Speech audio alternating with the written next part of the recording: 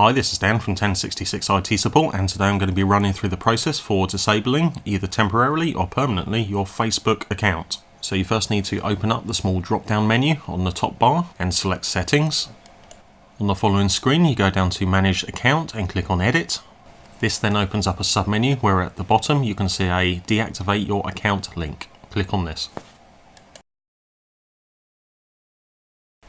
On this next page, you're required to give a reason for leaving, so once you've done so, there's a button at the bottom which says Deactivate. Click this.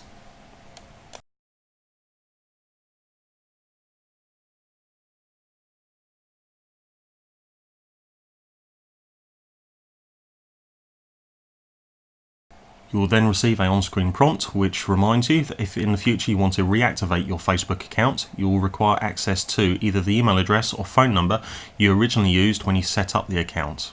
If you still have access to these, then click Close. You will then be taken back to the deactivation screen where at the bottom you can then click on Deactivate.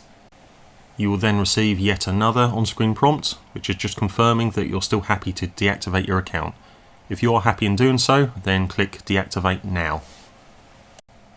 After a few seconds, you will then be logged out of Facebook and your account will be deactivated. You receive a on-screen notification which just reminds you to reactivate your Facebook account. You log in using your old login email address and password.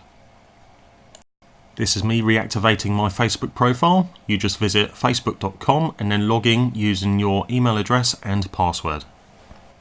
Your Facebook profile will then be reactivated.